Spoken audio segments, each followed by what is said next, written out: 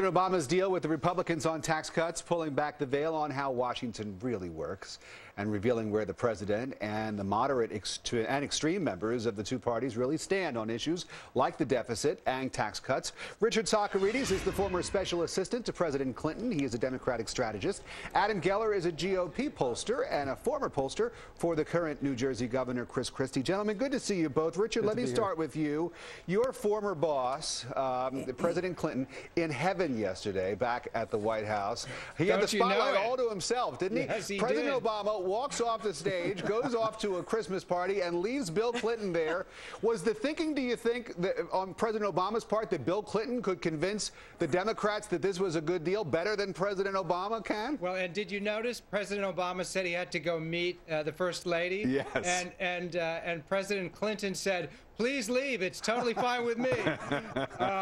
Listen, I think that was, that was a very nicely orchestrated job the two of them did. Two presidents getting together, Bill Clinton giving some of the good feeling that people have attached to him. I mean, when he was president, we had the best economy in our lifetime, and he was the only president in modern history to have cut the deficit, to reduce the deficit.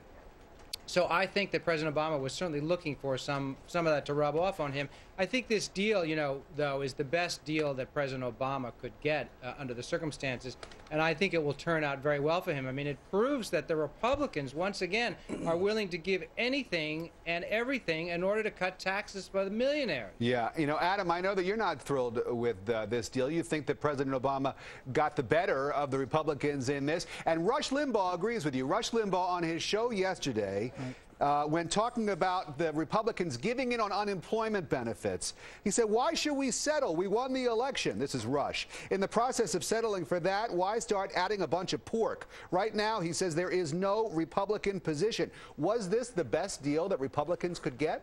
I think that this is a case of be careful what you wish for if you're a Republican, because you just might get it. Yeah, we got tax cuts for only 2 years.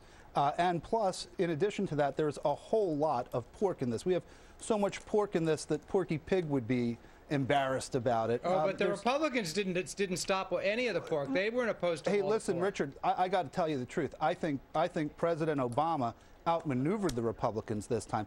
I think that the Republicans settled, and I hope that the new Republican Congress puts the brakes on this stuff. And I got to say one thing, that these extending the Bush tax cuts for 2 years is not nearly enough to create this private sector job growth. No small business is going to make the kind of investment we need to grow our economy if they know that their taxes may skyrocket in 2 years.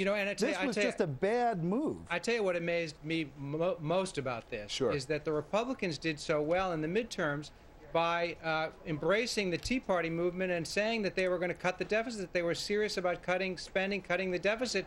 And this deal, although it's got a lot of stimulus in it, it's got more stimulus in it than the president could ever get on his own.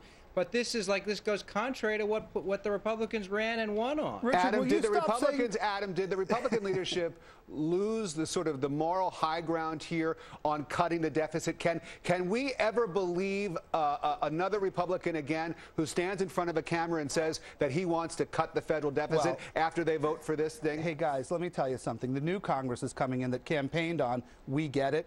And they're going to come in and put the brakes on this. But, Richard, you have to stop saying things I completely agree with. Come on. The fact is that this is a bad deal. This does have stimulus-style spending in it. We're talking about ethanol subsidies and windmill subsidies and all the rest.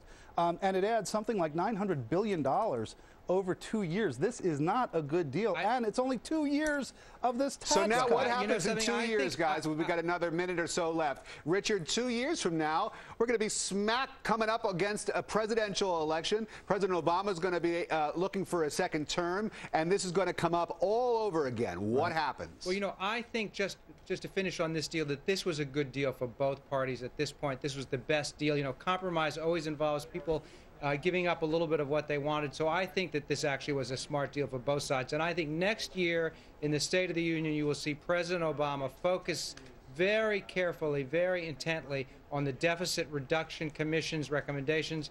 And there, I think you will see the rubber meets the road. And How Adam, you serious are the think, Republicans Adam, just to about cutting finish the up here a deficit? couple seconds, Yeah. you think that in 2 years that the new Republicans who are about to take office are going to fight against, once again, extending the tax cut for the most wealthy? If it has all this kind of spending in it, absolutely. And let me tell you something.